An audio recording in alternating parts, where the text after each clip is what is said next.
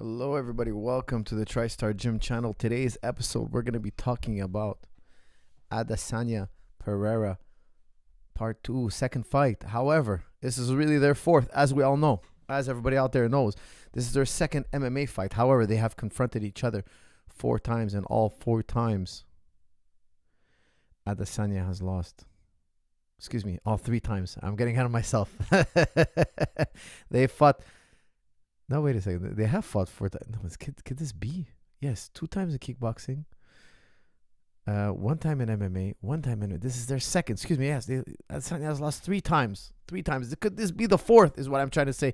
Could this be the 4th loss in a row? That might have been a Freudian slip. I might be subconsciously telling you ahead of time that I think Pereira is going to win. That's not my official pick. I'm going to get to that in just a second.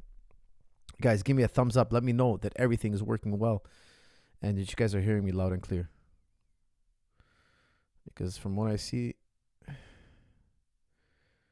things are good. Okay, guys. Alex Pereira has beaten Adesanya 3 times. Yes. What's my pick for this fight? I have to tell you, I went over their footage, and I can tell you one thing. I have no idea who's going to win this fight. It's unbelievable. Let me tell you something. Adesanya is much better technically. Much better. He's more sophisticated. His technique, his tactics, his movement, his counters. He has so many more advantages than Pereira. However, Pereira, it seems, often wins by KO after taking a bit of a beating. You guys all remember their last fight in UFC. We all watched it. Adesanya, at the end of the round, had Pereira out on his feet. A few more seconds, he would have landed the death blow, and it would have been all over. If you watch Pereira's fights, he's lost a few fights and come back to win. Have rematches and beat guys who beat him by knocking them out. He's lost to Wilnis twice. Came back and destroyed Wilnis. He seems to get better after every rematch. Every time he takes a beating, he comes back better and better. That's why I'm slightly leaning towards Pereira, but I did want to come out here and say 50-50. I have no idea. First time ever, I'm picking 50-50. Pereira and Adesanya is a 50-50 fight. I have no idea who's going to win. Why? You got genetics on one side. You got precision and tactical mastery on the other. Which is superior? The man has beaten Adesanya twice, and he's knocked him out twice. Now, the first fight, if those of you haven't seen it, it's on YouTube. It was a fight in China, and I felt Adesanya won that fight. Okay, I felt Adesanya won their first meeting. And the second fight, Adesanya was winning, gets KO'd. In their third fight, the first fight in UFC, the first MMA fight between the two, Adesanya is winning, gets KO'd. I rewatched a lot of his glory fights. He's losing, comes back and KOs the guy. He comes back over and over again. He's doing okay, then he gets smacked around. Pereira gets smacked around, and he comes back and KOs the guy. This is his MO. He's doing it over and over again. What are we going to expect this Saturday night? Guys, I got to tell you, I'm going to stick with 50-50. I was going to go 51-49 Pereira, but now I'm not sure. I'm just not sure. Can Adesanya lose to the same guy 4 times? Guys, also, please check out my new book, Fasting for Fitness. It's finally out. It's live on jujiclub.com. Go to jujiclub.com. Put in the promo code. The promo code is on the bottom of your screen and in the description. Spring 50 off. And get 50% off everything. Okay? Get 50% off everything in the store and enjoy. And for those of you asking me, when's Fasting for Fitness coming out? It is out. Actually, I'm going to have to check on it right now. Double check before. They told me to announce it.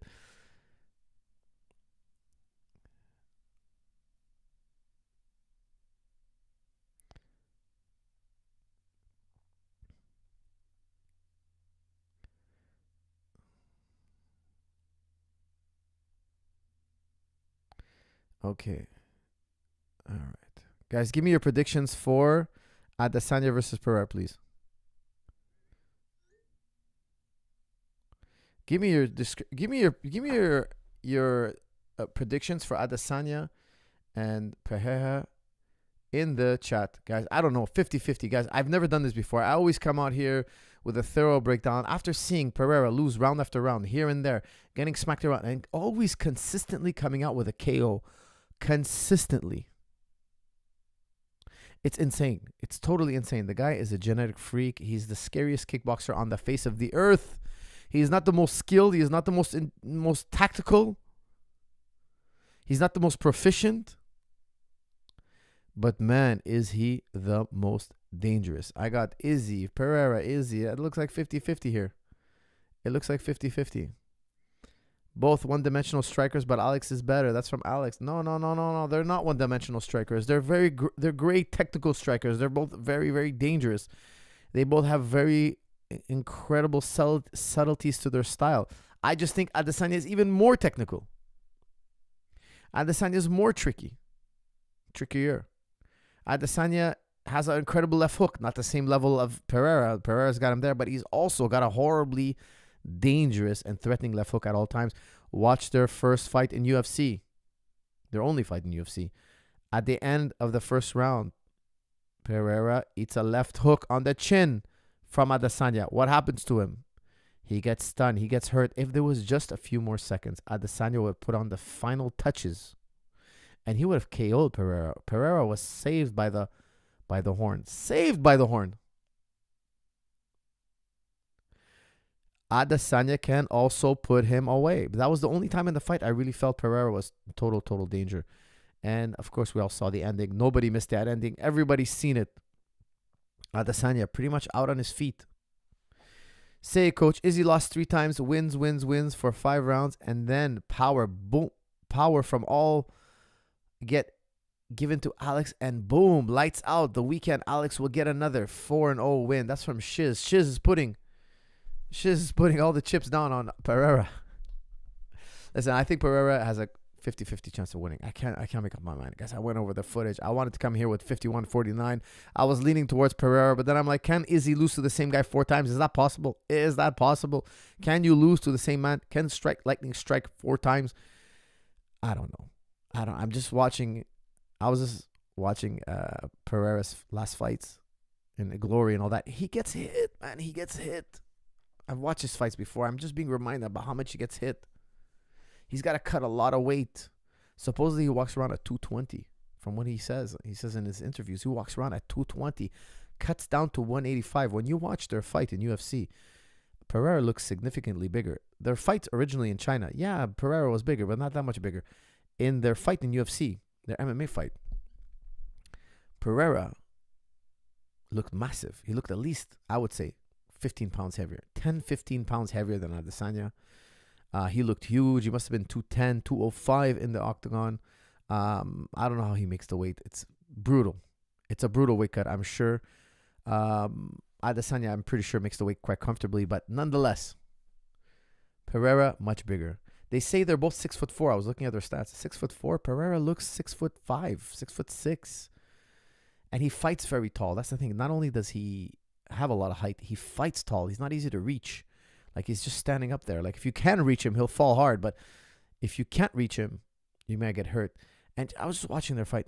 The one scissor knee that Pereira threw, like, he grazed Adesanya. He grazed him. Adesanya could have been out.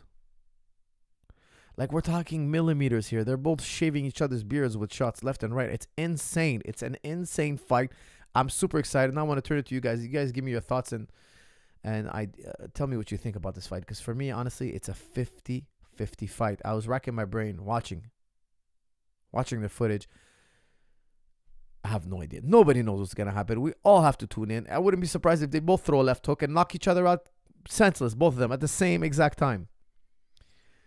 I'm going Izzy. The thing is, Alex is very good technical and tactical. Just Izzy is far better in those regards. But Alex's power is just ahead of Izzy. That is very true. That is a great dilemma we're facing here. Talent, skill versus a gift from God. You know, that death touch. That's something you can improve, but you can't train that. If you don't have a death touch, you can't train your level to a death touch. No matter how many times you hit the bag, no matter how much you shadow, no matter what trainer you bring around. Trust me, any trainer you bring, none of them know how. None of them. They can increase your power. They can increase your explosiveness. They can make you faster, more explosive, but they can't make you a Mike Tyson. They can't take you that much to that level of improvement. It doesn't exist. Not yet. Maybe somebody will figure it out one day, but as of now, nobody knows. Yeah, the Alex true power is beyond comprehension. That's from Fizzy. He's not the most technical. That's what's scary about him. He's technical, but he's not the most technical. But man, is he the scariest and most dangerous.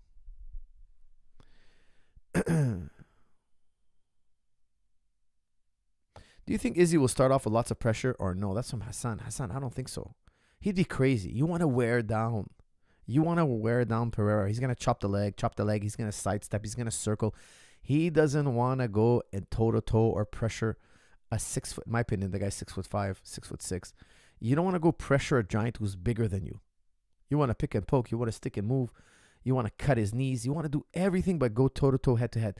It's going to be Pereira, in my opinion, early on. That's going to want to box Adesanya in a corner, cut him off, pinch him, and just hit him with that touch.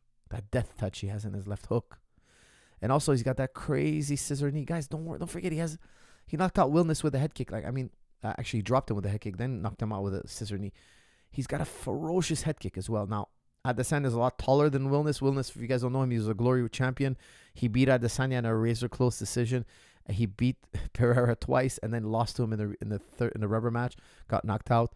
Wilnis is a much shorter fighter, but a dangerous guy, like a really, really dangerous kickboxer. And he was hurt bad from a head kick.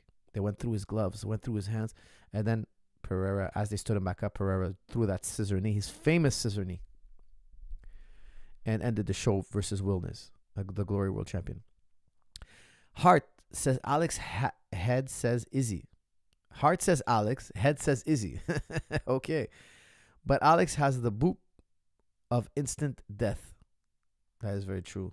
Well, look, my brain's telling me Izzy is more technical. You watch him, guys. He's more technical. However, if Alex Pereira touches you with that hook, even though he doesn't do it as well as Adesanya, you're going to be sent into the dream world. You're going to be sent into the dream world, nap time, sleepy time, get the blanket, get the pillow, curl up in a little ball, and sleep it off. That's where you're going to be. He's not the most technical guy. His footwork is good. It's not great. His hands are good. They're not great. His combinations are good. They're not great. Adesanya is great. But talent is also a major factor.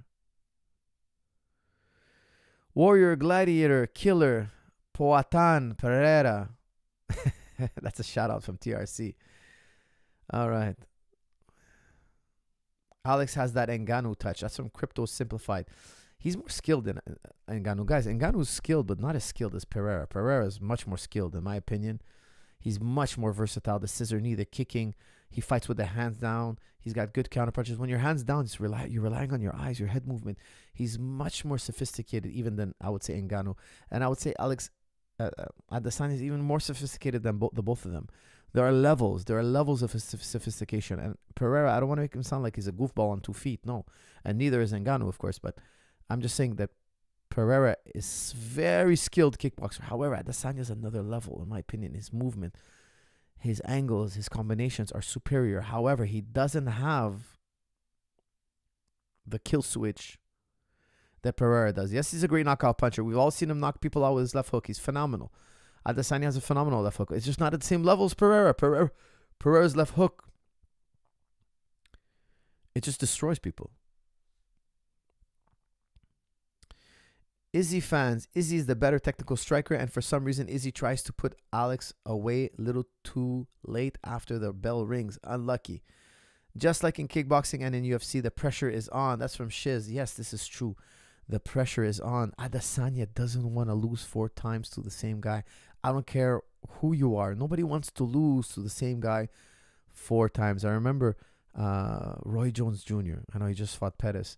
He fought Antonio Tarver. Let me look that up again. Roy Jones Jr. He lost to him. Roy Jones Jr. Let me look up his box rec. Man, he's had... Guys, for those of you who don't know, for those of you, the younger guys, Roy Jones Jr. was arguably the greatest boxer of all time. He could have went down as the greatest boxer of all time. 66 wins, 10 losses. That 10 losses came much later in his career, and they also came to the hands of a man named Antonio Tarver. Antonio Tarver was a great boxer, but he wasn't at the level. He wasn't at the level of Roy Jones. He didn't do the things Roy Jones did. Roy Jones would win world championships easily. He would play basketball in the afternoon, and then he would go back at night and have a world title fight on the same day and win that world title fight easily. Okay, here it is. He lost to Antonio Tarver. Then he lost to Glenn Johnson, and then Antonio Tarver again. Did he lose a third time to Antonio Tarver? I think it was only twice. Both times, if I remember correctly, was a KO. No, unanimous decision. First time was a KO. He KO'd. No, he lost. He beat Antonio Tarver once. Excuse me. He beat Antonio Tarver once. And then he lost to him twice. Guys, Antonio Tarver just seemed to have Roy Jones's number. That's what it was. He had Roy Jones's number. And he beat Roy Jones twice, 2 out of 3 times. And it was a bit of a nightmare because he put a major stain on Roy Jones' legacy. If he had retired after he beat Ruiz, he won the world heavyweight world championship. For those of you who don't know, he fought many weight classes, and then he also they talked about it for 10 years about him going to heavyweight. Go heavyweight. He finally goes to heavyweight. He beats Ruiz. He wins the world championship. He's arguably the greatest fighter of all time. He should have retired right then and there. However, he came back, had a string of losses here and there. He just lost to Anthony Pettis last Saturday. Like he went and started fighting guys you never heard of even and losing. The guy's in his 50s. He's still fighting. He fought Mike Tyson. I think they ruled out an exhibition. I don't remember if it was. Let me see here. Did they give it an actual? Was that an exhibition against Tyson? I don't see here on BoxRec for some reason. He lost to Joe Calzaghe, Danny Green, Bernard Hopkins. He beat Bernard Hopkins back in the day, and then he came back to lose to him later on. I don't see. I guess the Tyson fight was maybe an exhibition. Regardless, the man fought way past his prime. Roy Jones Jr. fought way past his prime, and Antonio Tarver built his name on him. He built it. Of course, he was a great amateur. He was a phenomenal boxer, Antonio Tarver, but not at the level, not at the legends level, in my opinion, as Roy Jones. How does Alex make 85? He looks like a light heavyweight out there. That's from Deng. I totally agree. How does he make 185?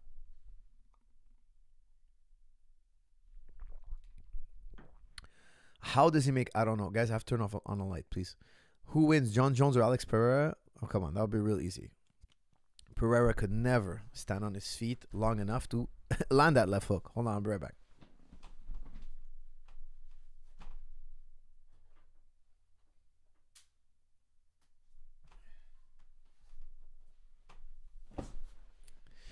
There are many guys in the middleweight division that could beat Pereira. In my opinion, there are many guys. There are many guys who could take him down and beat him up and hold him down. Many. Okay, when I say many, I mean like 4 or 5 at least. That's a lot. If you're a champion and there's 4 or 5 guys out there, I think that people think they can beat you. Like, that's serious. Okay. Now, can those guys beat Adesanya? No, it's a rock, paper, scissors game. Like Antonio Tarver had Roy Jones's number, Pereira seems to have Adesanya's number. Now, is Adesanya going to go in there and take Pereira down? He did take him down in their first UFC fight. Okay, don't forget they fought twice in kickboxing. It's possible. They both took each other down. And it's possible. Is Adesanya going to be like, hey, you know what? Let me set up a takedown. Is he drilling takedowns every day since the last fight? And he's like putting his mind on putting Pereira on his back? Because Pereira, he did MMA before his glory run, by the way. But he's not a ground guy. Okay, he hasn't done ground in a long time. He probably does very little of it because he's not worried about Adesanya taking him down. If he beats Adesanya and he fights a Shamaev or he fights a Whitaker or he fights a Yoel Romero, well, not Yoel Romero, but like a Vittori, they're going to get him down to the ground. They're going to punish him on the ground.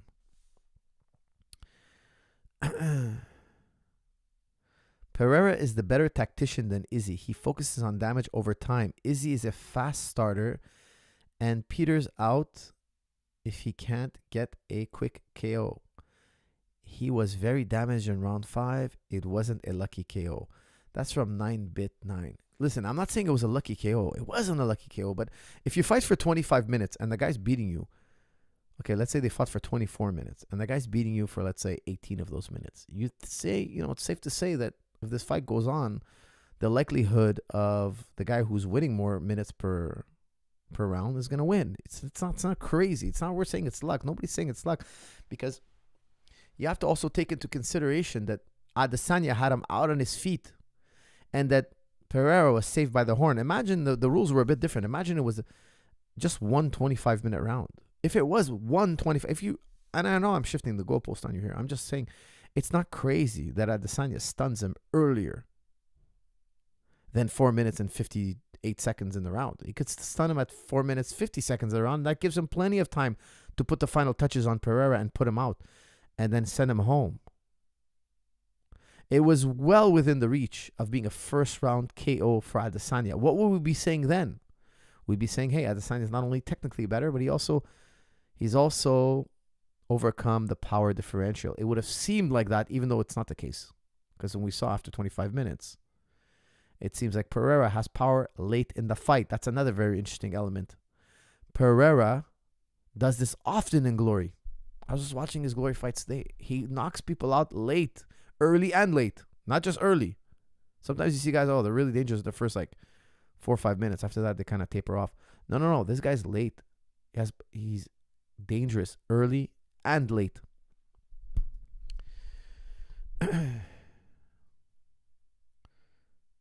Can't wait for your reaction on the $46 million lawsuit over the neck break. That's from Zico. Guys, I'm going to talk about that. That's a very serious subject. Please, remind me after that we finish Adesanya and Alex Pereira. I definitely want to talk about that. It's a serious issue in jiu-jitsu.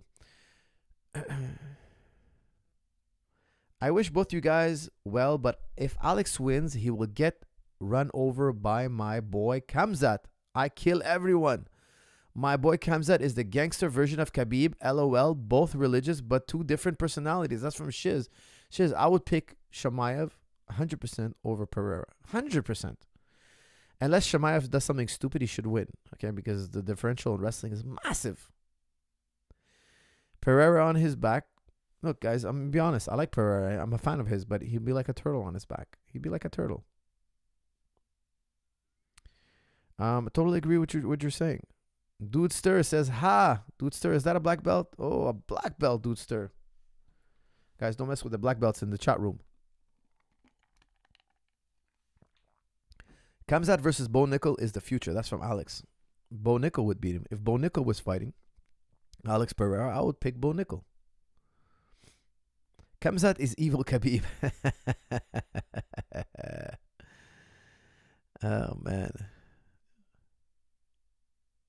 Kifak ya Firas, Kifak ya Yusuf. Assalamu alaikum.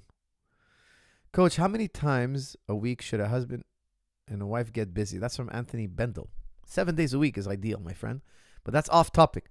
Let's get back to that after we finish the Pereira Adesanya fight. Which, guys, this is the worst. This is my worst breakdown ever. My worst breakdown ever. I came out here and I said, I don't know, 50-50. I don't know who's going to win this fight. I hate doing that. I hope I never have to do a 50-50 again. I hope in the future I have a pick. Unfortunately, I was racking my brain watching their fights, and I could tell you I have no idea. I have to be honest. I have no idea. Adesanya is technically better. However, Pereira is more gifted. Adesanya is technically better. He has more experience, I would say, even in MMA especially. Because don't forget, it's an MMA fight. There's takedowns in this. They've taken each other down. They're not just going to bang it out on their feet. It's very possible they start wrestling. I remember Joe Frazier and Muhammad Ali were on a talk show, and they started arguing with each other, and they got up. They wanted to beef. They started beefing, and they started wrestling. Two strikers wrestling. It's not uncommon. It's not uncommon. It's just not. I remember watching Abu Dhabi, and a fight broke out. Abu Dhabi World Championships, grappling. Guys were hand fighting. I'm forgetting the names of the two guys. And then they started fighting. A fight broke out. Did they wrestle? No, they started punching each other. Two grapplers get into fight, they punch each other. Two strikers get into fight, they're wrestling on the floor. You tell me, you figure that out. What you think your deepest instincts to hit the guy? Mike Tyson gets into a scrap with Lennox Lewis. What do? They start wrestling on the ground. Of course he threw a punch and then grabbed onto him like it was an MMA fight. Why are they not punching? Well, the other guy's going to punch back. This is dangerous. Rather wrestle. I don't know. You figure it out for me. I don't know. Two wrestlers, when they get into a fight, they start punching each other. Two punchers, when they get into a fight, two boxers, they start wrestling. Go figure. All right. Coach, I disagree. Izzy is not more technical. He got outstruck by Juan also. And Alex was more diverse with his attacks. That's from Wet Dragon Balls. Wet Dragon Balls, how dare you disagree with me? You will be banned for life from this chat here. Let me remove you from the chat. No, I'm just kidding. No, listen, I I don't mind if you disagree with me. That's interesting that you say that. But why would you say he's more technical? Explain to me. What did he do that's so much more sophisticated? Adesanya, I would say, statistically outstruck him. Okay, he landed more diverse strikes. Just mechanically speaking, I would tell you Adesanya's superior. His mechanics are superior. What does he do other than being Pereira? I'm talking about being huge, long, and powerful. Well, what does he do? What does he do sophisticated? Is his footwork better than Adesanya? Hell no. Is his jabbing ability? Is his diversity? Is his variety? I should say. No, nothing. It's not. He's just got a long reach, more durability. He could take a beating. Okay, let me ask you a question. Who's more defensively sound, Pereira or Adesanya? Let's see who got hit more often. Okay, let me look at the stats. You might be right. Let's see. Adesanya.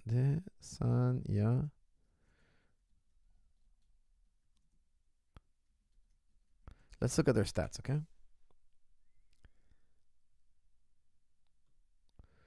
Let's look at their stats. Bleacher Report. Are they going to give me stats?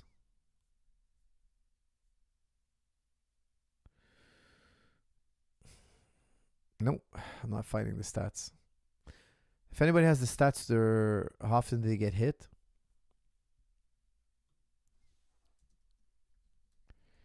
Put in the... Okay. Pereira average 6.29 significant strikes landed per minute. That's crazy good, okay? With a 60% accuracy. Adesanya, 2.67. Okay, so Pereira's far more in activity, okay? Absorb per minute. Hold on. Absorb per minute. Adesanya's average is 2.67 strikes absorbed per minute with a 59% defense rate. So, okay, they didn't, let me see. Sorry, so it's not, they compared his Pereira's offensive versus Adesanya's defensive. I want to compare both their defenses. Let's see here. Trying to find both their defenses.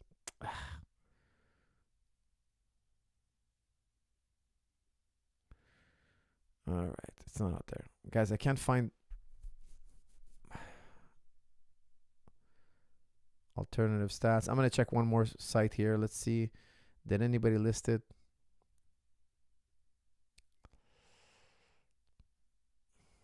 Pereira tends to be a bit more of a headhunter. 76% mix versus 62% for Izzy. So Izzy has more variety.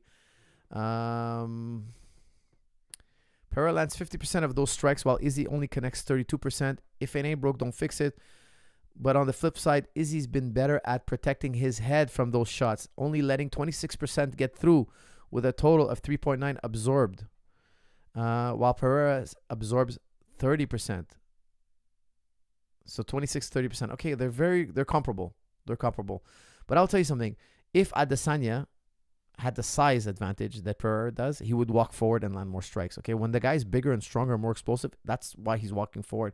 If you see a guy march towards you, like he's stalking you like RoboCop, it's one of two things. Either the guy's really, really dumb, he doesn't know what he's doing, or he hits really, really hard. It's one of those two things, okay? And he can take a shot. When I say he hits really hard, he's also able to take a shot. Adesanya doesn't have as much size and power as Pereira, in my opinion. Reach. He doesn't have the same amount of reach, and that's why he has to be even more technical just to hang. Okay, after the fourth win KO, what will you say? That's from TRC. I'll say Pereira's better. Guys, I'm telling you, it's a 50-50 fight. I don't know who's going to win. To me, anything can happen. I have no idea, guys. I'm letting you know I don't have a pick. This is the first time I don't have a pick. I've done 130 podcasts. 130. Not all of them were a pre-fight analysis, but a lot of them were. I've never, unless I'm misremembering, I've never done 50-50.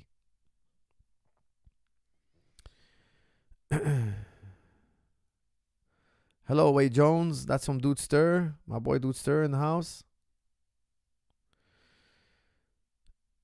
All right, guys. I think we've beat this one to death. Nobody knows what's going to happen. Nobody has anything insightful to say. We all have no idea. Even though lightning has struck 3 times in the same spot, we're all sitting around wondering, is it going to strike again for the 4th time in the same spot? Are we crazy? Of course, if you beat a guy 3 times, you'll beat him a 4th. If you beat a guy 99 times, won't you beat him the 100th time? It's not for sure. It's not a given. But, man, aren't the odds on your favor? Don't you think it'll happen again? You figured this guy out. Does Pereira have Adesanya's number? I don't think he could I don't think he could wipe out the division like Adesanya did. Adesanya broke that division. He dominated that division. Pereira can't. Pereira, in my opinion, will not be a long-time champion. He better hope. If I was Pereira, I'll let Adesanya win this fight. You know why? I'll get another title fight. Not that he should cheat or anything, but let him have one. That way you get into another title fight and you build another chain and more money and more sponsors. The worst thing that could happen to Pereira on Saturday night is if he beats Adesanya, because then he's got to fight guys who are going to take him down and really put the pain on him. If he has a loss to Adesanya, it could be a good thing. He'll have more time to work on his ground game, his wrestling game, this and that, and eventually maybe build a possibility where he could defend himself against some of the more seasoned wrestlers and grapplers in his division. Okay, here we go. Super MMA team coach for Zahabi GSP Pointan Izzy. That's from TRC. Yeah, that would be a dream come true. Before I leave this chat, my prediction: Alex enters the cage with full confidence. I have the tiger mentality and will probably perform better than Izzy. Damn, Izzy was knocked out more than once. That's from Shiz. Well, he was knocked out on his feet, and in their second match, the kickboxing match, he was laid out unconscious. He was definitely laid out unconscious. You know, I feel like Adesanya is getting emotional. Like in their second fight, he got knocked out. Okay, he got laid out, and then the son of Pereira goes out on the mat, on the ring, and he lays down on the mat and pretending to be knocked out. He's making fun of Adesanya. Okay, now that's not right. I thought I was completely like bad. Like Pereira should tell his son, hey, don't do that. You know, go shake the man's hand and congratulate him on his performance. He didn't win, but thank you for doing so good. No, he's just laying there on the floor, making fun of the son of Pereira, is making fun of Adesanya. Like really, really bad. Like not a nice thing to do. Adesanya is talking about it in his interviews, like, oh yeah, I'm sure he's older now. Like I'm gonna get them back. It's like you can't think like that. You can't think, hey, that kid made fun of me. I'm gonna go like knock out. No, you gotta focus. You can't get emotional is what I'm trying to say. Is Adesanya getting emotional because he's lost to this man 3 times? He has to keep his wits about him, because if he gets emotional, he's going to start fighting toe-to-toe, blow for blow. If that happens, he will lose. He will lose. A blow for blow, rock him, suck him, toe-to-toe, man-to-man, stand in the center, don't back up. He will lose. Adesanya will lose, I would say 7 times out of 10. Adesanya needs to be as smart as he's ever been, and he's a very intelligent guy, and he's very skilled. He has incredible tactics, with incredible technique. He's super smart. He's outsized and he's outgunned. Technique is going to make the difference.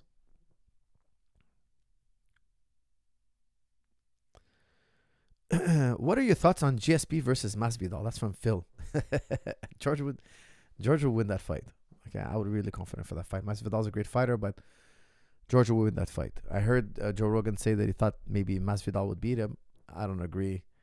Joe's a great guy. He's a smart guy and all, but I think George would beat him everywhere. Standing, ground, grappling, just everywhere.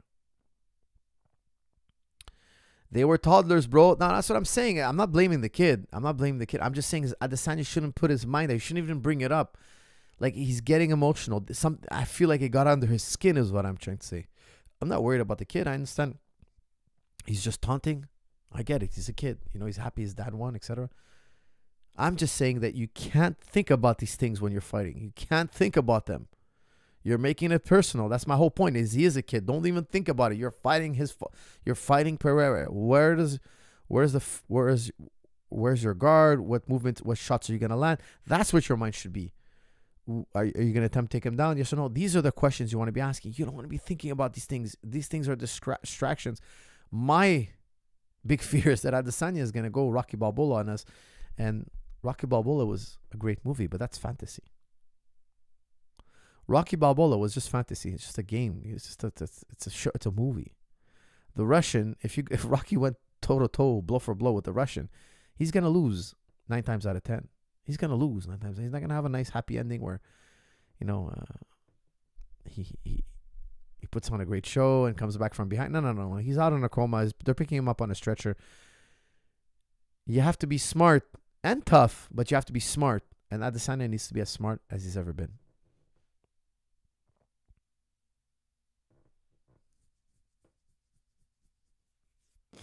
Okay, guys, I don't know what it is about this fight. I'm super excited about it, but I think there's nothing to say about it. We have no idea. I have no idea. You have no idea. Every expert in the world, in my opinion, has no idea, and neither does Adesanya and Pereira. They're both going in there not knowing what's going to happen, but I think Pereira has the edge in confidence. Wouldn't you be confident if you beat a man 3 times? Wouldn't you be confident you beat him the 4th? I would. Coach, Alex wins because of his bone density. It's like his bones are built like a bodybuilder. Is it genetic or can one increase their bone thickness? That's from Yosef. You can increase bone density. That's for certain. Okay, weightlifting, combat training. It's all great for bone density. Are his bones more dense than other human beings? Average human beings? For sure, because he's an athlete. He trains his body. However, are they more dense than Adesanya? I can't tell you. I have no idea. We'd have to run a test. Is that the secret to his success? Well, could be. Maybe he has something genetic underneath his skin we can't see with the naked eye. However, that would have to be subject to a test. Okay, guys, let's go ahead. I want to talk about Alex H. Poatan living rent-free in Izzy's mind, loading 4-0. Guys, we're going to have to wait to see this Saturday. Okay, guys, I want to talk about the unfortunate accident that happened in jiu-jitsu. A couple of years ago, a student, a white belt, a seasoned white belt, somebody I think was close, from what I understood, he's close to getting his blue belt. He's a competitive white belt, and he was rolling in the gym with his instructor, and unfortunately, the unimaginable happened. The instructor, when trying to perform a turtle attack, so the white belt was turtled up underneath his instructor. As the instructor tried to roll him over, he unfortunately accidentally broke his student's neck. I saw the video. I watched it multiple times, and I could tell you that it was not easy to watch. A very difficult video to watch. And when I first saw it, I thought, this is a freak occurrence. Total accident. And I still think that. However, what I did not notice, because I watched the Henrik Gracie video yesterday, the breakdown of it, when they color the arms, you could see that he had a gut wrench. He had an arm-in gut wrench. I love the arm-in gut wrench. Guys, this is a maneuver I know very, very well. I do all the time. It's one of my staple, most favorite maneuvers. It's like a gut wrench when you're squeezing the guy's body, but you have the arm trapped as well. The arm is also trapped in the gut wrench. It's an arm-in gut wrench. And then he flipped forward. I've never seen this done before. I'm a gut-wrenching man. I'm a gut-wrencher.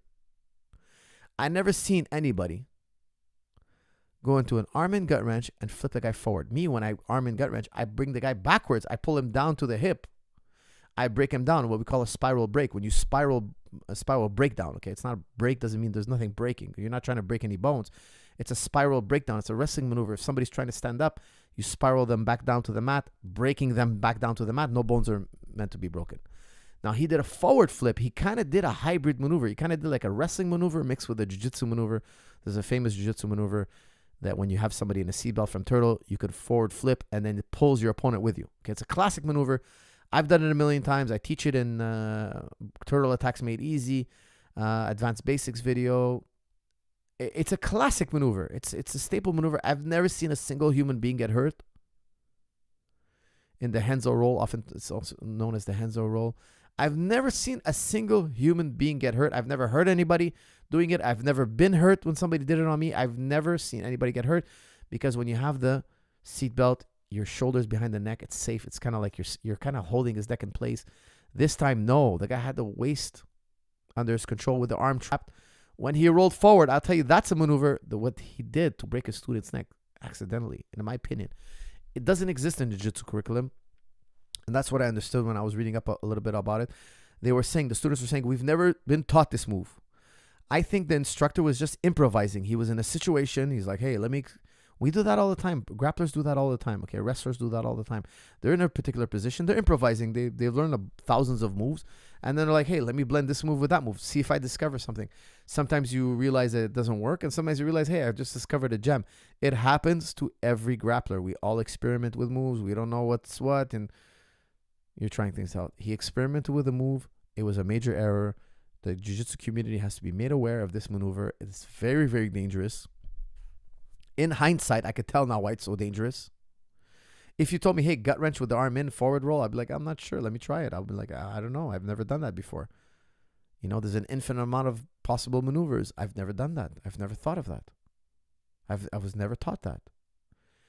He improvised. He made a major mistake. I don't think it was intentional. However, if these two have a prior history, if you tell me, hey, no, the instructor got divorced and that student was so happened to be dating his ex-wife, I will tell you, whoa, wait a second.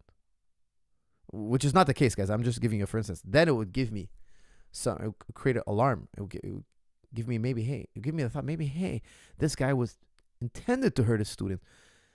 However, I don't think it's the case. There's no such story. I'm just giving you, for instance, what would convince me that it was on purpose. Or if you told me, for instance, that he's a very violent instructor and he's known for hurting his students. Instructors don't want to hurt their students. Okay, they most definitely don't want to paralyze their students. For goodness sake, could you imagine? Not only would you go out of business, but nobody will ever train with you. Nobody will ever train with you. I don't think it was malicious or there's any ill intent. I hope nobody takes it that way. I hope that's not the case, because that would be like, in my opinion, he should go to jail for life if that wasn't his intent, to break another man's neck. But I did see the backlash against Rener Gracie, saying that he went out there and he testified against the guy to bury this instructor, etc. I don't have all the ins and outs, but I did hear Rener's side, and it makes total sense to me, guys. I hate to say it because I know a lot of people are not going to be happy, but it makes total sense. The guy had an arm in, gut wrench, and he rolled forward. It's unknown, this move. That's all I'm saying. I don't think he did it on purpose. I don't think $46 million, like, who's going to pay that $46 million? From what I understand, it's going to be insurance that pays. Every school is insured. I don't know what that's going to do, but the man suffered a horrible injury, which I'm very happy to hear or read. Yesterday, I was reading on his, it was the day before yesterday, that the man's now, he's okay, he's recovered. Unless it was a bogus story, because I read online that he's now climbing mountains again. He's doing his training again. His limbs came back to functionality. He's able now to have a certain control over his body. He's walking up hills. He's exercising. He has new goals now. He wants to be a hill climber because, he's exercising his body, rebuilding his strength. Whereas when he woke up from his accident, they were telling him that this is why I think the article might be bogus, because I was reading an article on his return, on his recovery. And it said that they were giving him 2 days, and if he doesn't recover, they're going to give him assisted suicide. Now, why on earth would that jumped out of the page? That made me think, hey, this article might be bogus, because what kind of doctor would tell you, hey, you have 2 days to recover from this horrible injury, or we're going to offer you assisted suicide? Or was it he was in so much pain? Was the man in so much anguish that it was a type of mercy they were offering him? I don't know. But the man made a miraculous recovery. He's climbing up hills. He's building back his strength. I was so happy to hear that. His name is, if I remember correctly, was Jack. What was his name? Jack Greener? Hold on, let me look up his name.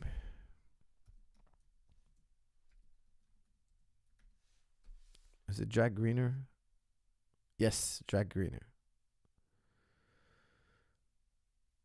Jack Greener trial. Okay, yes. Guys, I listened to Rener Gracie's explanation, and he's right, man. That arm was locked in. It was super dangerous of a maneuver. Now, that's all hindsight, though. I don't think the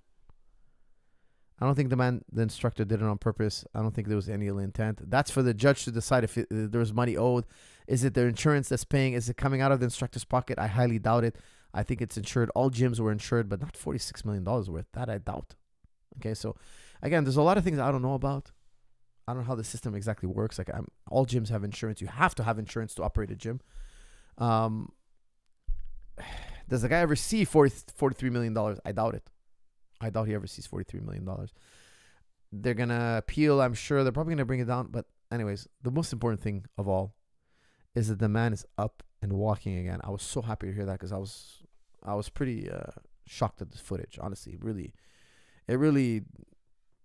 It was really hard to watch. And I watched it several times to try to understand what's going on, to make sure this never happens again. Like, obviously, it's supremely important that the jiu-jitsu community is aware of this dangerous maneuver and it's never practiced again. Ishak Mir, I already did that fight, my brother. We're not going to go down on the Izzy Alex fight. That's done. McGregor got McGregor versus Khamzat. Any prediction? That's some Hajj Aoud. Khamzat is way too big. Khamzat would take him down and just maul him. He's way too big for McGregor. Way too big. Coach, great podcast. Henry Cejudo flexes with Olympic medal. Don't you think that MMA championship is more accomplished reward?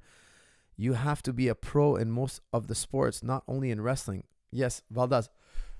I think,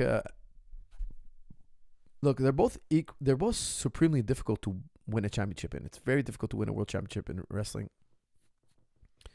However, it's incredibly difficult also to win a world championship in mixed martial arts. They both take equal amount of dedication. However, because of the pain and suffering involved in MMA, you get less tries. I would say MMA is harder. Okay. Now, Cejudo won at 125, but there's not that high of a population at 125. And he won at 135 also. That's correct. Who was that against? Who was that against again? Remind me. Who did he win at 135?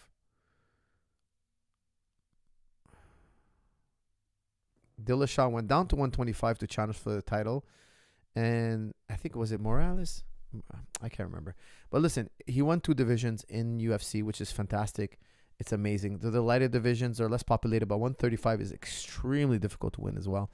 It's incredibly stacked. He was there at the right time, right place. Could he do it today? We're going to find out. He's fighting Aljamain Sterling. Hey, Coach, what is the simplest piece of advice that has helped your life in the most? And who gave it to you? That's from Swag City Stunner. Wow, that's really hard to say, you know. It's got to be from a book, you know. I can't really pinpoint right now what's the greatest advice, but there's just too much good advice. You know, I'm a advice seeker. I'm always reading and listening to speeches and what people have to say. I'm always looking for advice. I think it makes a incredible difference in a human life. I'd have to think about it. So unfortunately, I don't have an answer for you right now. You versus Danaher in the octagon. Who wins? That's from Phil. Of course, my boy John's gonna win, man. He's got that big brother advantage on me.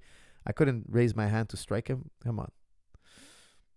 Thoughts on Ilia Topuria, future champion? That's from Alvaro Quiroga MMA. I think he can touch gold. Definitely. Not an easy thing, man. 145 is stacked. It's stacked with killers. Can he touch gold? Yes, very possible. 135 is super crazy right now, huh? That's from Dude Stir. Absolutely. He beat TJ Moraes and Dom. Oh, yeah, that's right. He beat Dominic Cruz. But he beat Dominic Cruz that's, you know, maybe past his prime, too many surgeries, etc. You're right. He kicked Dominic Cruz in the face, was it? Was that it? Yeah, I think he kicked him in the face, if I remember correctly. You're right. He beat Cruz. He beat Moraes, but Moraes also has been on a slide since then. Okay, so he just lost another fight last weekend. I think 6 fights in a row. Let me look that up. Look, Moraes was winning that fight.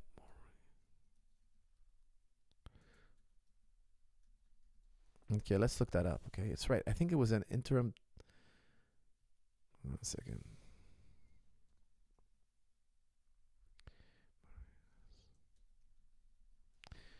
Let's see what happened there. Okay, Marlon Moraes, Magic Marlon. Okay, he just lost last weekend. He got leg kicked.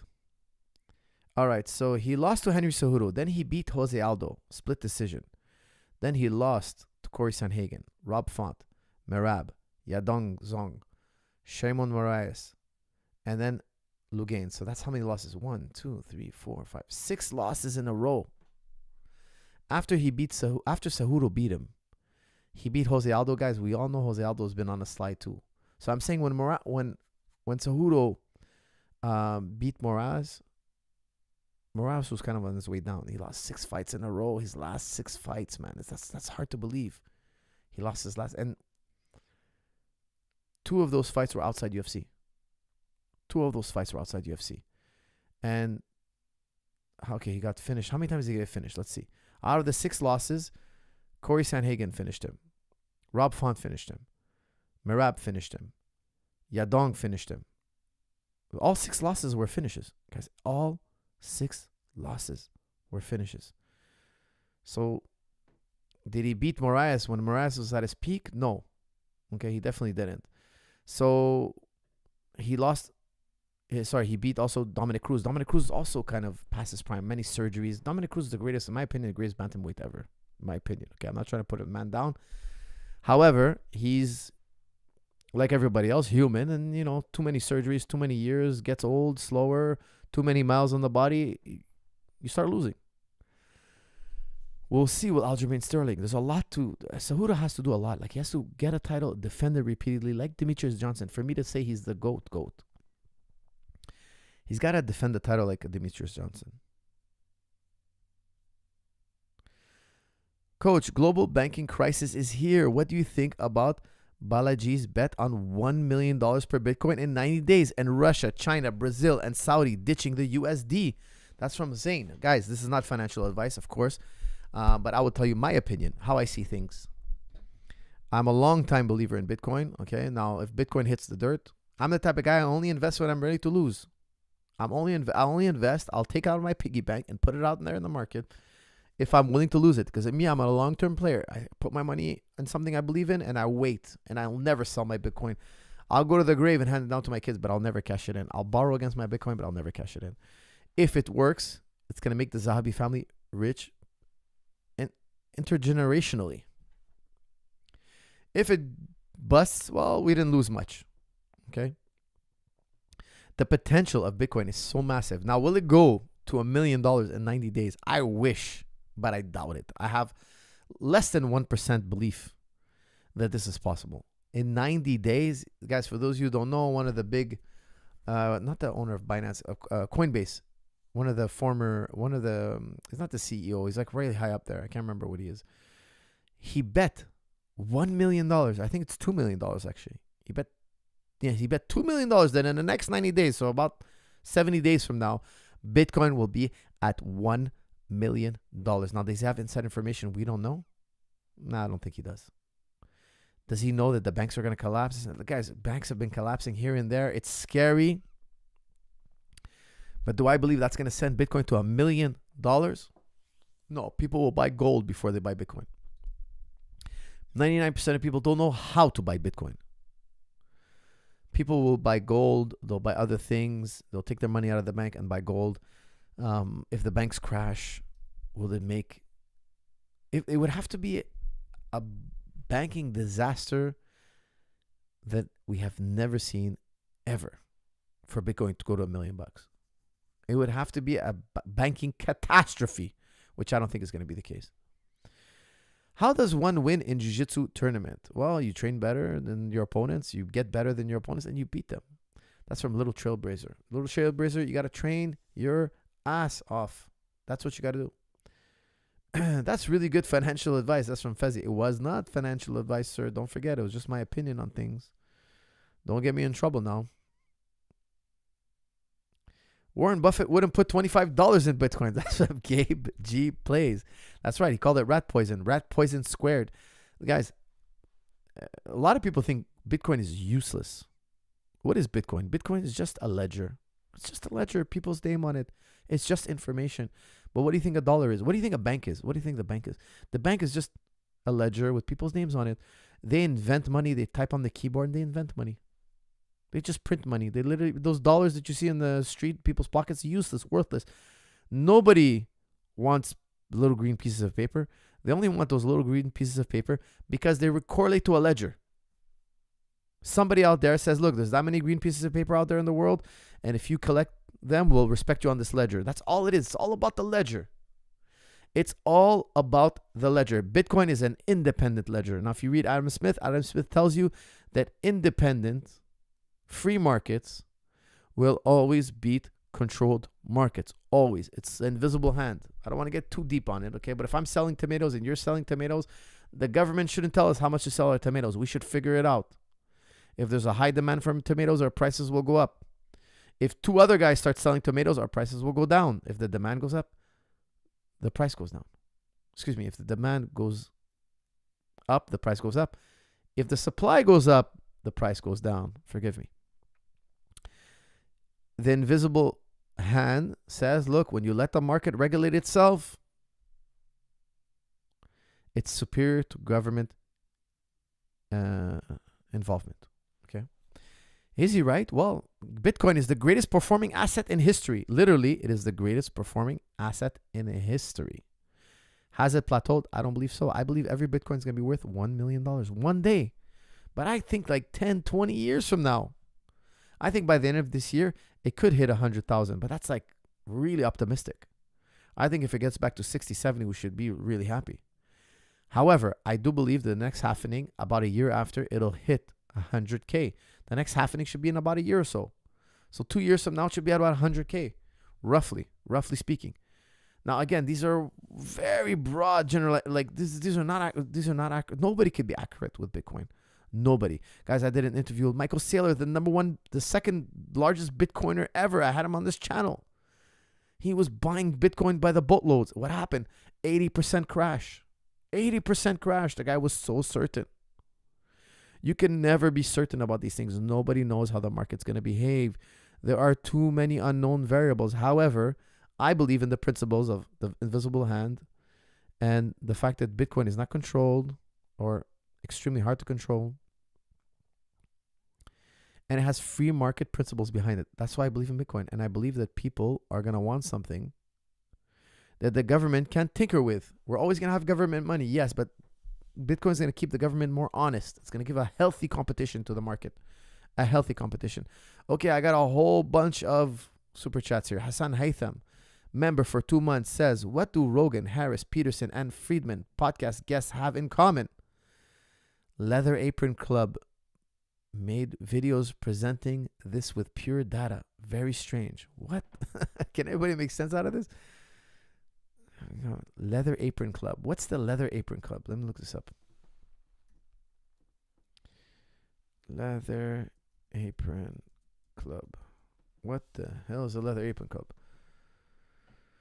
Franklin called the collection of 12 men the Junto, which means the group in Latin.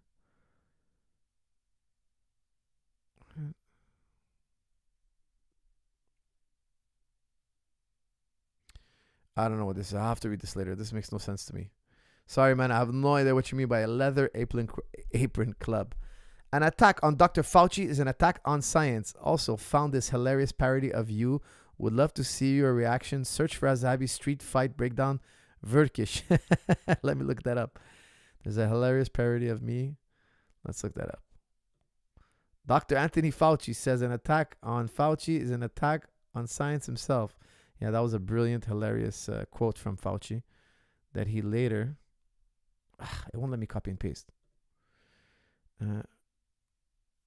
Firas Street Fight Breakdown. Let's see. Let's see this hilarious video.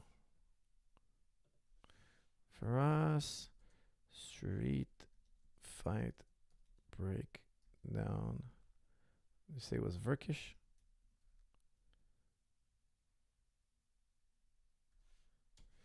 All right, let's see what pops up.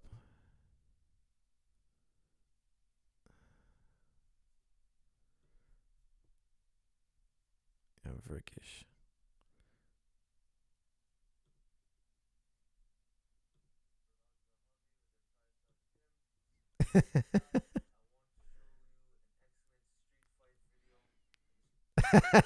Some young kid. These two young kids boxing in the two young guys boxing in the backyard, and some kid trying to pretend he's voicing it over, saying he's Firas Zahabi and doing a street fight breakdown. Hilarious. Let me give him a like. All right, Virkish, that was brilliant. Very funny. Okay, what else we got here? Shout out to Virkish. Thank you for that parody. What else we got here? Okay. Salam Sheikh. I'm 5'8", 118 kilograms, trying to go down to 80 kilograms. I do BJJ and kickboxing and intermittent fasting. My best diet option? Question mark. Best way to slim down? Well, brother, believe it or not, let me put it up for you. I just released intermittent fasting book today. I just released it today, just now. Go to jujiclub.com. Use the promo code on the bottom of your screen, Spring50 off. It's also in the description. Get 50% off the book today, Fasting for Fitness. There is no intermittent fasting book for athletes. I decided to write it myself after experimenting with a variety of different methods, working with all the guys in the gym who are doing intermittent fasting. So many great athletes now are doing intermittent fasting.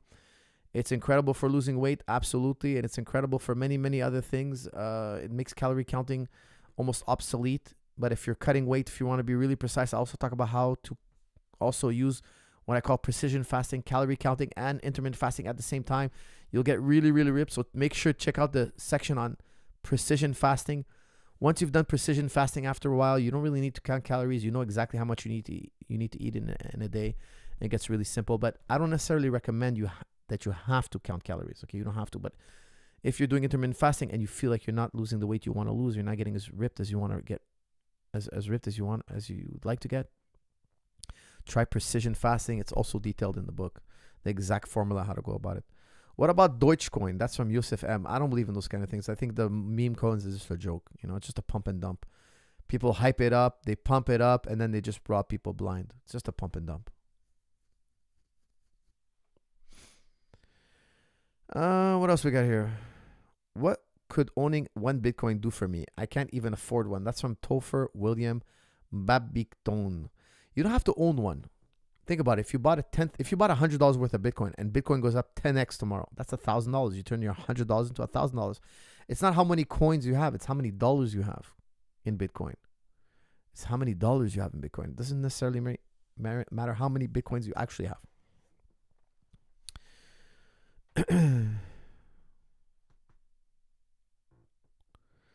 Tomato coin incoming, made by Faraz Zahabi. That's from Dry Eyes. No, I don't pump any coins, guys. I have no coin whatsoever on the market. Don't even joke about that. Don't even make a joke.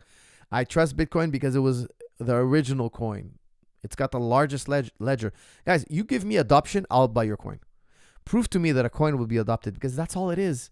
The dollar works because we adopted the dollar. People have a general consensus that the dollar is good. There's nothing behind the dollar. It's just a piece of paper. It's just a ledger on a computer screen. You give me adoption. Metcalfe's Law. I totally agree with Metcalfe's Law.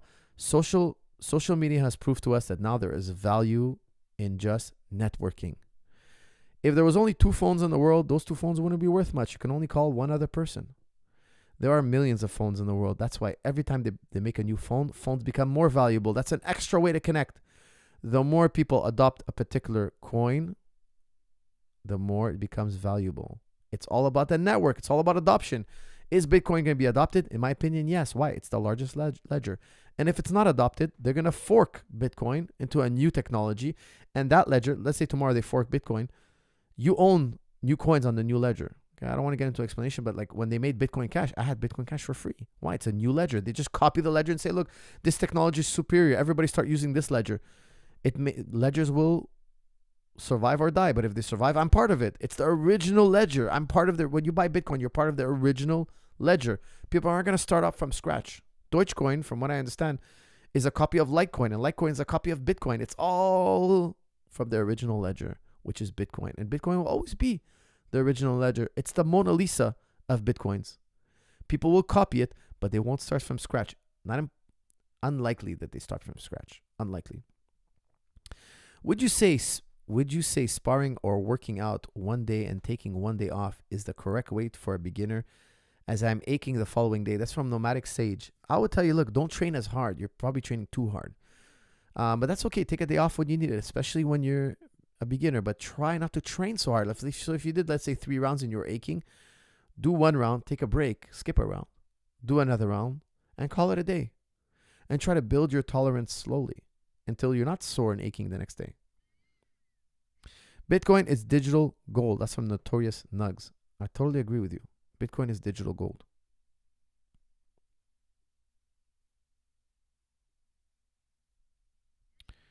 All right, a whole bunch of...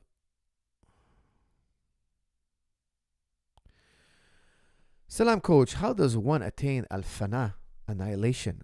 When the mystics talk about the higher consciousness, they make it seem like is more euphoric than drugs. I fear I may never experience higher consciousness. That's from Yusuf. Yusuf, my dear friend, what a question. Well, first of all, I will tell you that everybody's going to experience this in the future when you die. And also, you've experienced it. When you were born, you experienced it. When you were born, when you were in the womb of your mother, you didn't know your name. You had no ID. You had no identification. You had no sense of ego. You didn't know anything about the world. You didn't know anything about TikTok. You didn't know anything about YouTube. You didn't know anything about jiu-jitsu. You didn't know anything about sweet, salty, up, down. You only had this one sense of awareness. You had an awareness, but you weren't aware of anything. This can also be done in your adulthood. You just have to purge your awareness of all content. And what are you going to be left with? All content in your mind, all of it, is subjective. All of it. It is all subjective, except for the awareness itself. The awareness itself is singular. There is no other like it.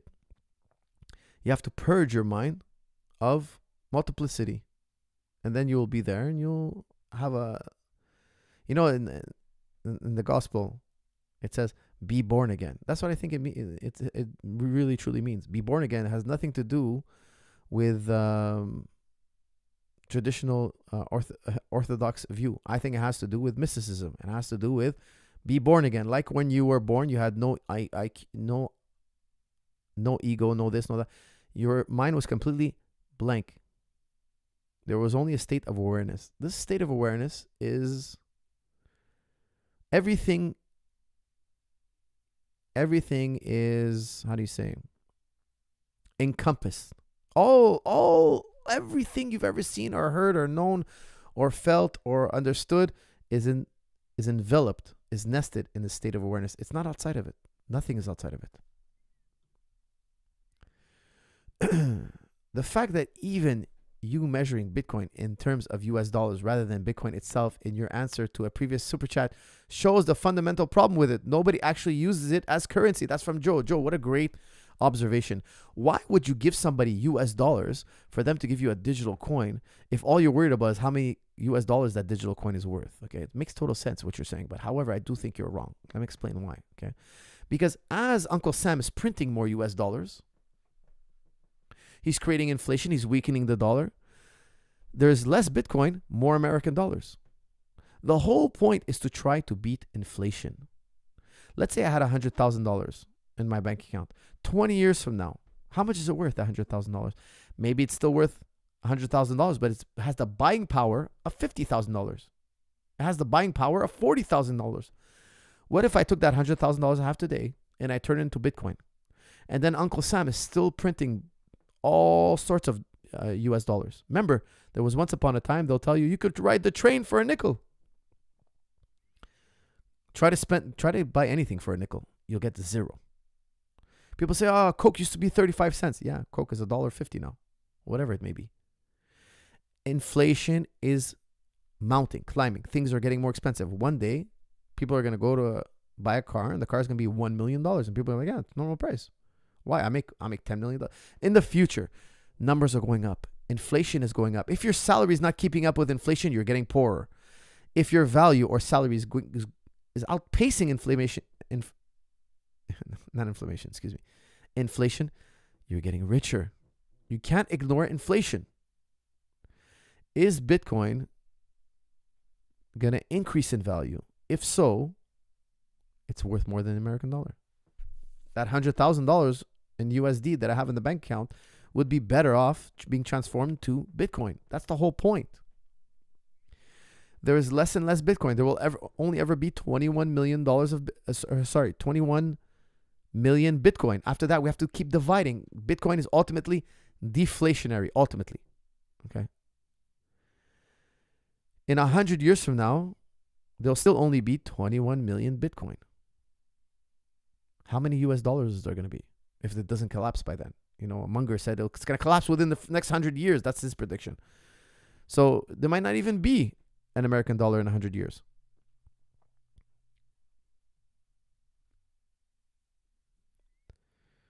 Okay, coach, is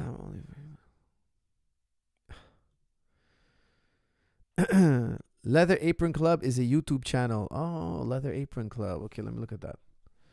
Goodness gracious, man. Leather Apron Club. Okay, here we go. You guys and your crazy channels. Leather Apron Club. Okay, what is it about here? Greek mythology is full of examples and accounts of same-sex relationships. What country is this? That's the gay flag. Greece. What country is this? That's the gay flag. Ah, Greece. Who's gayer, Romans or Greek? Equally. Erotic desire. An elite military unit that was entirely queer. Same-sex relationships were well known in ancient Greece. Okay, what am I watching here? And male lovers. You've probably heard it said before that in ancient Greece, homosexuality was commonplace, even celebrated.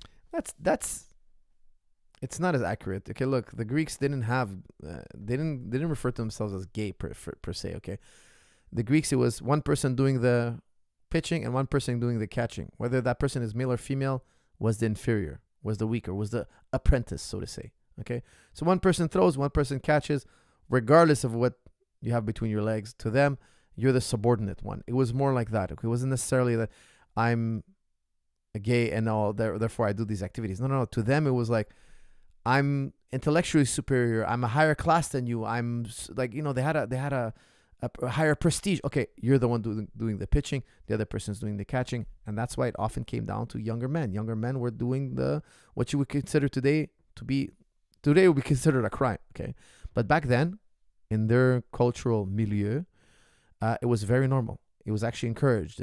Parents would be like, "Hey, go find this guy. He'll go to this man here. He'll teach you things. He'll make you a gymnast. He'll make you a boxer. He'll make you a politician. He'll teach you sophistry. He'll benefit your life. Give him pleasure in return." Believe me, I know it's very hard to wrap our minds around it. It was a different time. Believe me, I studied this. This is my domain. Okay, I read plenty of Greek philosophy. I can tell you that, you know, some of it was kind of weird, but that was their way of life back in the day.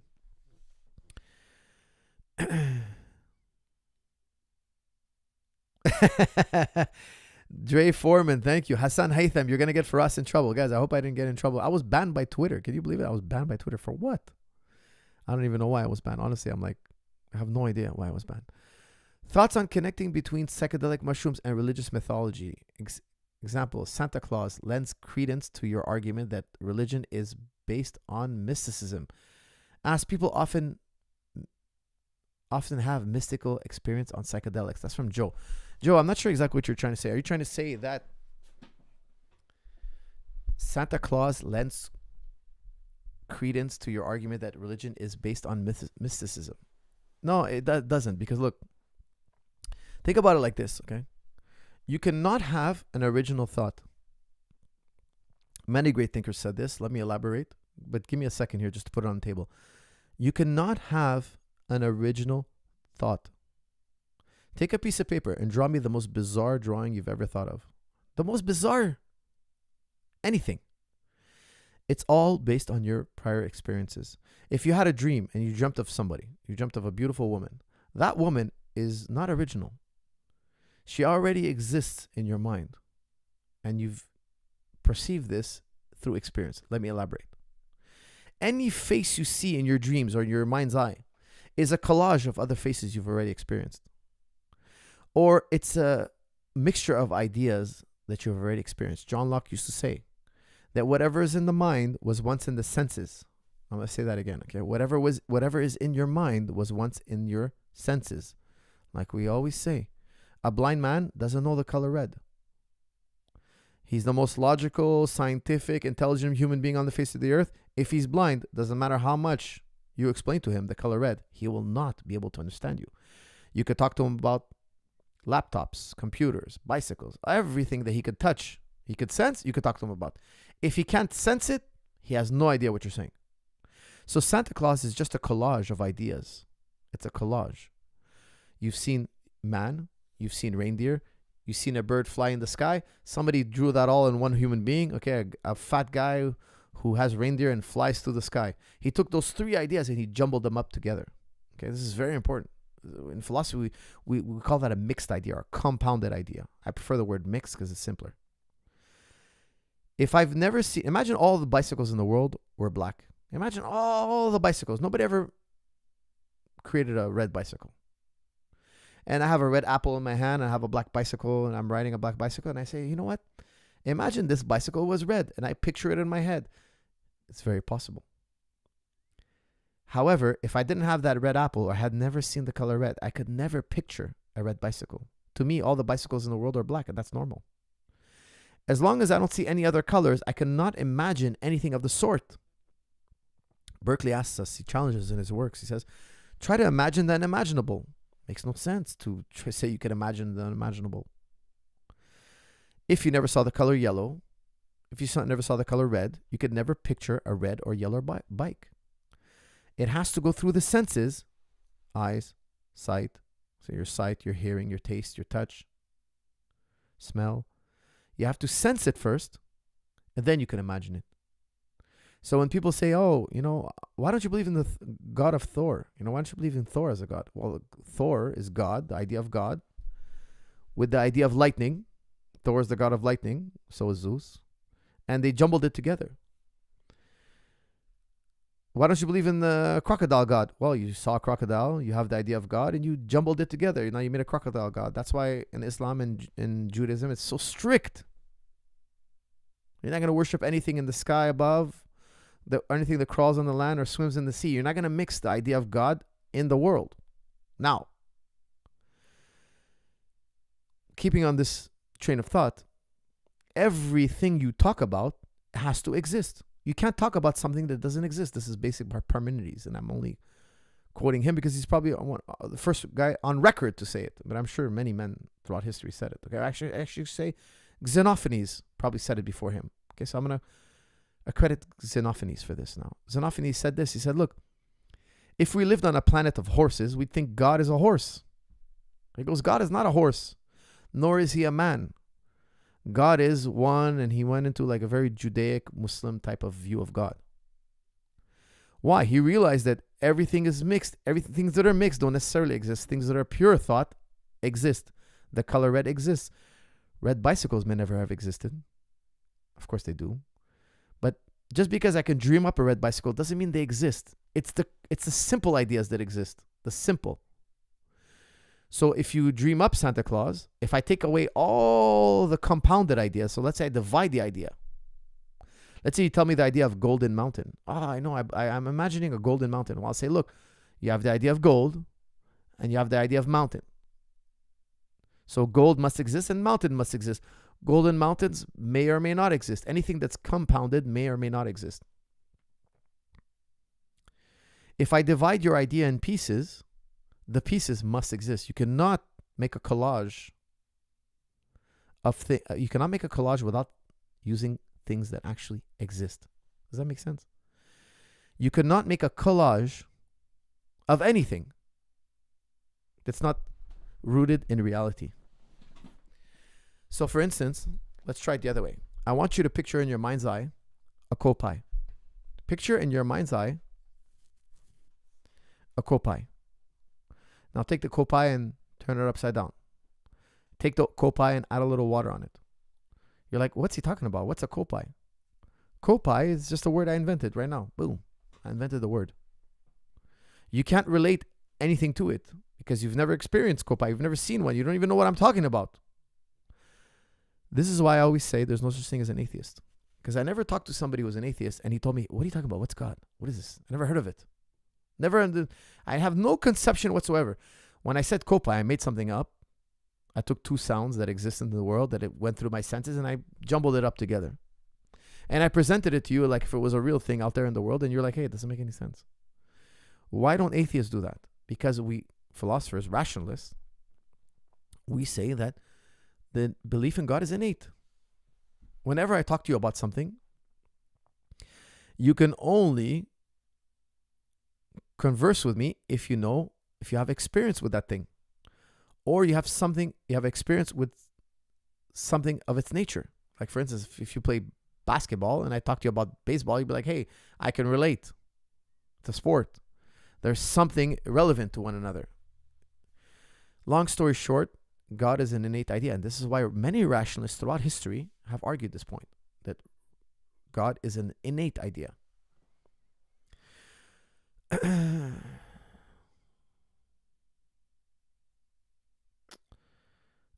Coach, I sleep with my knees bent or straight. That's from Saki Suki.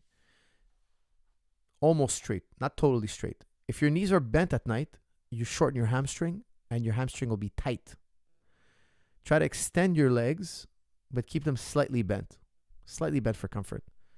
Always sleep with a pillow between your two knees. It relieves pressure on the back. And keep your legs mostly extended, not totally extended. What else we got here?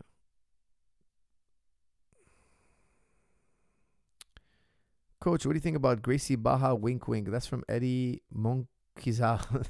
No comment. Leather Apron Club. Oh, I skipped one. Guys, I have many people who train with me from Gracie Baja. They're really great people. I enjoy them. I enjoy them visiting me. I have no problem whatsoever with the Gracie Baja. Okay, what else we got here? Leather Apron Club agrees with you that what his video is about. Check out the Rogan vid. Boy, you guys in Leather Apron Club. Let me see. Leather Apron Club Rogan. Let me see. Let's see. What's this guy's going to say?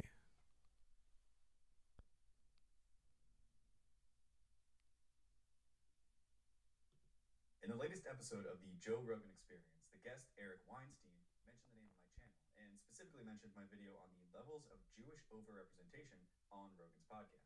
Okay, guys, you're going to get me in trouble. I'll listen to this in my private time, okay? This is like a conspiracy video. I'll listen to it on my private time. Coach, you are a family man with great values. When you a haram playboy cowboy when you were young, God bless. Were you a haram playboy cowboy when you were young? Denzel. I'm going to plead the fifth. Come on, man. You get me in trouble here. Yes, Neo, I will teach you jiu-jitsu. That's from Ajay. Interesting. There is no color, brother. There is no God. That's from TRC. Well, you're free to believe that if you wish, but I highly disagree with you. Rationalists throughout history will disagree with you. Do you support psychedelics are medicine, or is it shaitan? Shaitan is devil. King of dreams. Do you support psychedelics as medicine? I think he's trying to say. Guys, I have no idea about psychedelics. I really don't know much about psychedelics. So if they're therapeutic, if they can help people, it can help cure people, it would make sense. But however, I have no idea. So I don't recommend anybody try to cure themselves or self-medicate in any way.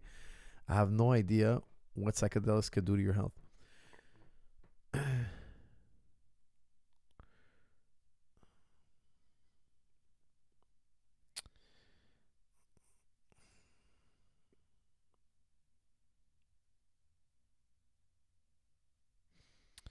All right, what else we got here? What time is it now? 12:03. Okay, guys, let's wrap this up. Stephen Hawking found no God in his research. That's from TRC. TRC, science is not absolute. Okay, so it's almost like a ridiculous question. It's almost like a ridiculous comment. Stephen Hawking is trained in scientific method. He's not. Do me a favor. Research philosophy of science. Like, get deep in philosophy of science. Just because somebody's a physicist doesn't mean he understands the philosophy of science. Philosophers discuss what the scientific method is. Don't forget, it was logicians that created the scientific method, not scientists. There were no scientists at the time. Okay, it was logicians that figured it out. Science only comes down to pattern recognition. That's it. That's all it does. Ultimately, it boils down to this. It's the faith that the future will behave like the past. That's it. It boils down to just that. It doesn't tell us anything about God. It's not designed to do that. It's not meant for that.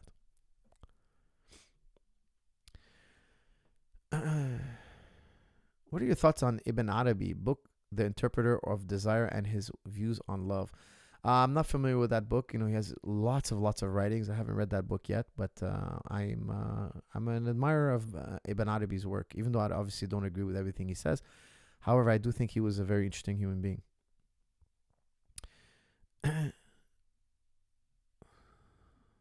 Jiu-jitsu is used in MMA all the time. So is wrestling. But wrestlers has no submission. That's from Skeptic 77.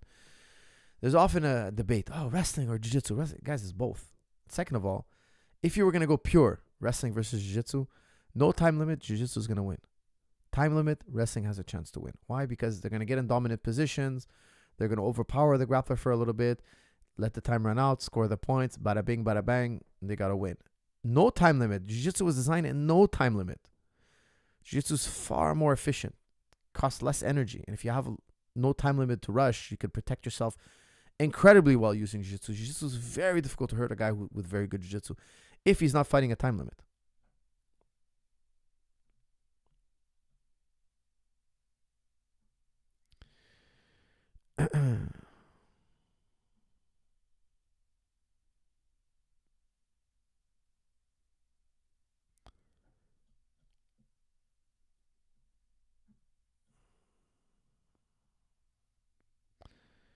TRC Manitoba again with the super chat. This guy's he's gonna break his piggy bank. I hope you invested a lot. You could be investing all this money in Bitcoin. Friedrich Nietzsche, God is dead. That's from TRC. TRC, he doesn't mean that God is literally dead. He's just saying that men are moving away from God. That's all he meant. In the Industrial Revolution, there was something called the Industrial Revolution. You know those Nikes you like so much. You know those all this like fabrication, all this abundance of production, you know, producing everything of the sort, you know, every type of massively produced product. Nietzsche said, oh, wow, look at this. This is going to change the world. It's like the internet, you know, like the internet changed the world. Well, the Industrial Revolution changed the world far more than the internet did. And he said, look, people are going to have leisure time. People are going to have time to chill and relax. They're not going to be farming or breaking their backs 20 hours a day and barely making it. They're actually going to have an abundance. Why? Because now we can make this shoe. We can make 1,000 of these shoes for a fraction of the price instead of some guy doing it in his basement and, you know, working the leather and taking 3 days to make one pair of shoes. We're going to make a pair of shoes in an hour. That's going to drive the cost down. It's going to give us an abundance of material goods. He foresaw many such things coming along that are going to change man's way of seeing the world.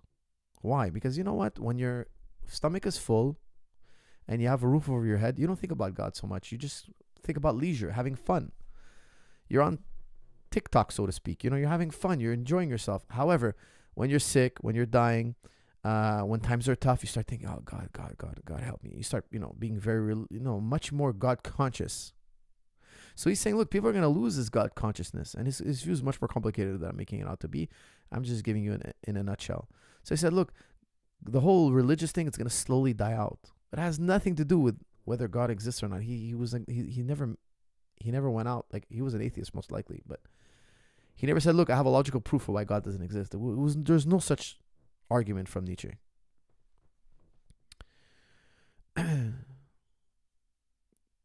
I believe in traditional morals such as yourself, but I also have a girlfriend who love very much and is very leftist, who supports LGBT.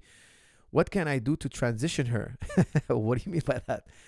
And maybe add some polygamy, ? Thank you so very much, Coach. That's from Eddie.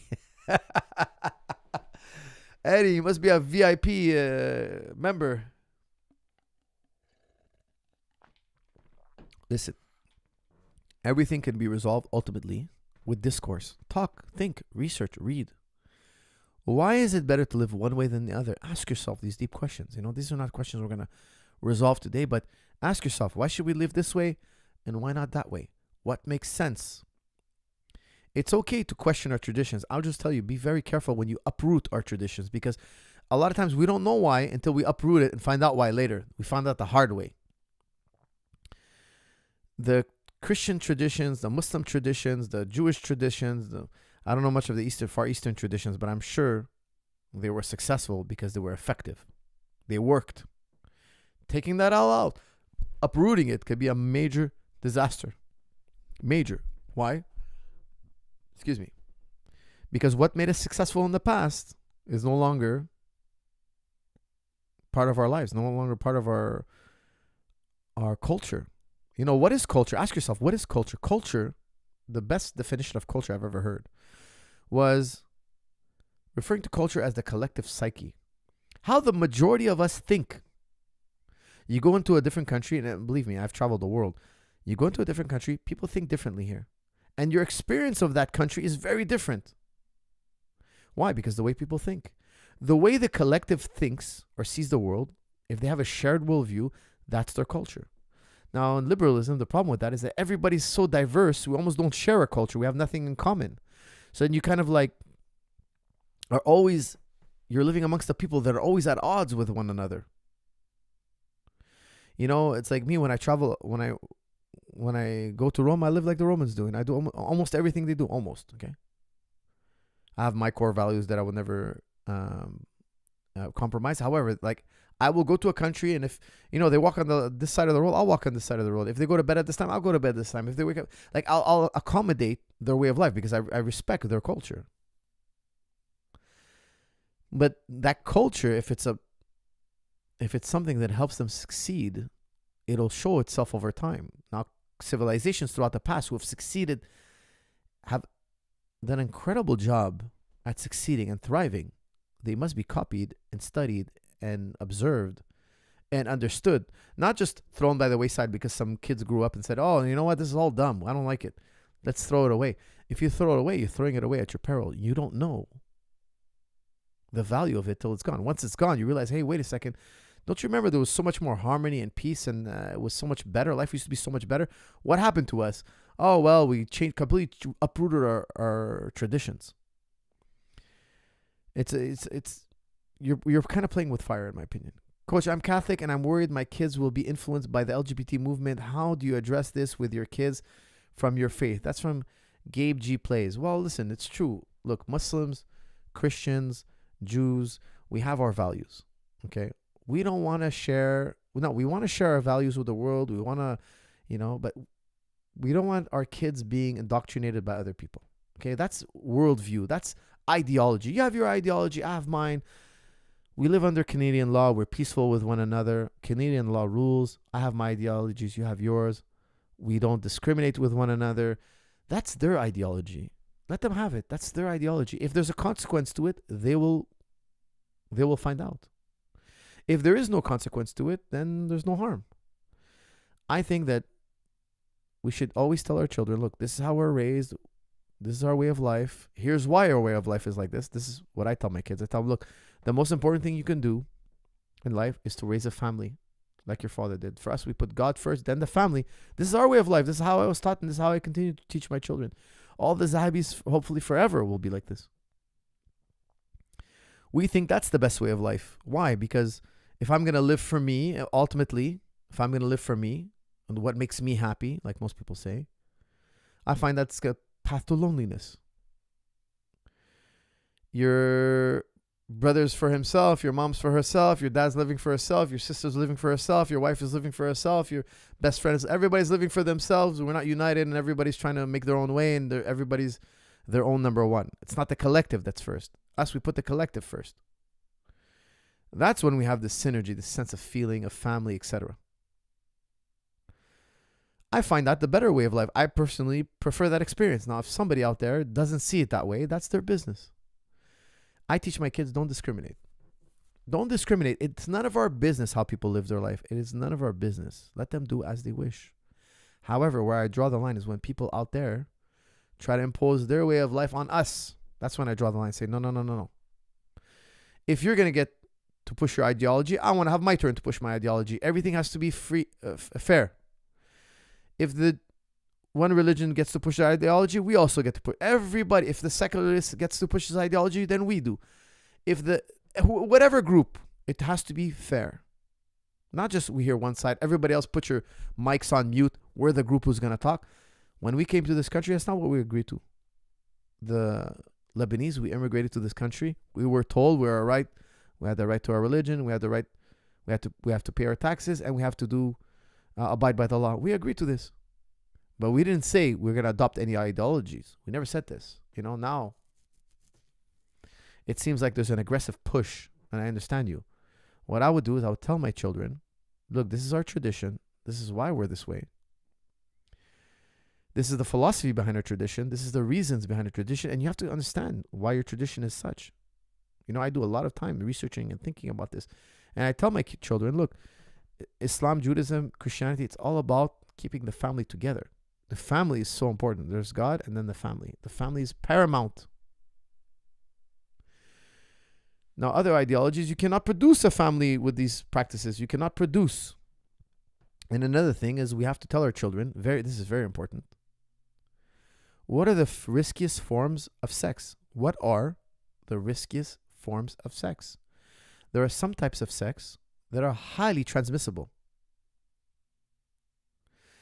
And if you're not going to have children, what's the point of being married?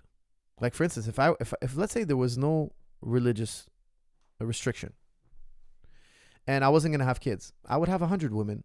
Why stop at one? What's the benefit? The reason why you stop at one is for, well, I'm not going to spread disease. We're not going to, take a risk. I'm loyal to the family. The family is going to grow, and the family is going to be raised under two loving couples. A loving couple underneath a loving couple, and that love is gonna be shared, throughout the family, etc. That's the whole point of getting married. Getting married, in my opinion, is really a duty. Getting married, what's the function? What's the pragmatism? Logicians are going to ask, what is the practicality of getting married? If you look at all the poorest communities, they're all fatherless. Why? The women are promiscuous. They don't know who the father is. And then you have intergenerational poverty. Like, for instance, when my father dies, I'm going to inherit his money. And then when I die, my children will inherit my money. And that pile of money will just keep snowballing. And eventually, the Zahabis are Rockefellers. Oh, man, I just spilled the water. If you don't know your father, you don't get an inheritance. If you don't know your great-grandfather, you get no inheritance. And then you get intergenerational poverty. Why? Because I didn't know my father. I'm going to meet some girl, get her pregnant, and I'm going to skedaddle, just like my dad did. I don't know how to be a father. I never learned how to be a father, etc. So you have a type of child abuse. Okay. Marriage, in my opinion, is an intelligent institution to tell us, hey, who fathered this child? Because we know who mothered the child. We know who carried her. We could see she's visibly pregnant. And we know that she gave birth to this baby. This baby didn't come out of thin air. Okay, she came out of her body. We know it belongs to her. There's no question. Now, who's the father? There's a question. Who's going to pay for this child's needs? Well, it's either the government, the child goes hungry, or the father mans up and steps up. Now, there's a lot of men out there. They're just going to bail on their children or don't know they have children. And that child falls on a burden to the state. And if the state is a poor, if you're born in a poor state, well, the kid just goes, he's a have-not. He goes with nothing. He has very little. What happens to a child with very little? They go to crime, higher chances of suicide, more violent behavior. Over 70% of men in jail, listen to this carefully, over 70% of men in jail have no father. If you look at the poorest ghettos in the U.S., 52% of those people are fatherless. The father, when the woman's raising the child, goes out in the world and earns the money. Okay? Now, I know a lot more women are working these days, but it's hard to do that if you have 2-3 kids. Being a mother is a full-time job. Now, if the mother has to also work and mother the child, now that child has the support of only one parent, something's got to give. Either she can't be there with him, she's working nights, she's working 2 jobs, the guy's growing up without a mother, or she's there with him and they're poor. Either way, he suffers. The child suffers. When a man gets married, he's telling the world, hey, if this woman gets pregnant, those children are mine. I'm held accountable. I'm here to do my part. It takes a man and a woman to raise a child, or a parent in the government. It's very difficult to raise a child all by yourself. It is extremely difficult. I don't know how you're going to take care of a baby who needs your attention 24 hours a day and still work a job at the same time. It doesn't make any sense. It doesn't make any sense. It's not possible. It's a 2-person job. Raising children is a 2-person job at minimum. Actually, to raise a child, you need a village. That's a famous saying, and I totally agree with it. Okay, guys, that was a fun podcast. As usual, I want to thank you all for tuning in. Guys, don't forget, I just released, I know I was supposed to mention it earlier on in the podcast, I forgot. Fasting for Fitness. Check it out. My new intermittent fasting book has been released. I'm really excited about it. It's my first book. Use Spring 50 off. The promotion is in the bottom of your screen, and get 50% off anything on jujuclub.com. Guys, I hope you enjoyed this episode. I hope to see you all in the next one. Thank you very much. See you in the next episode.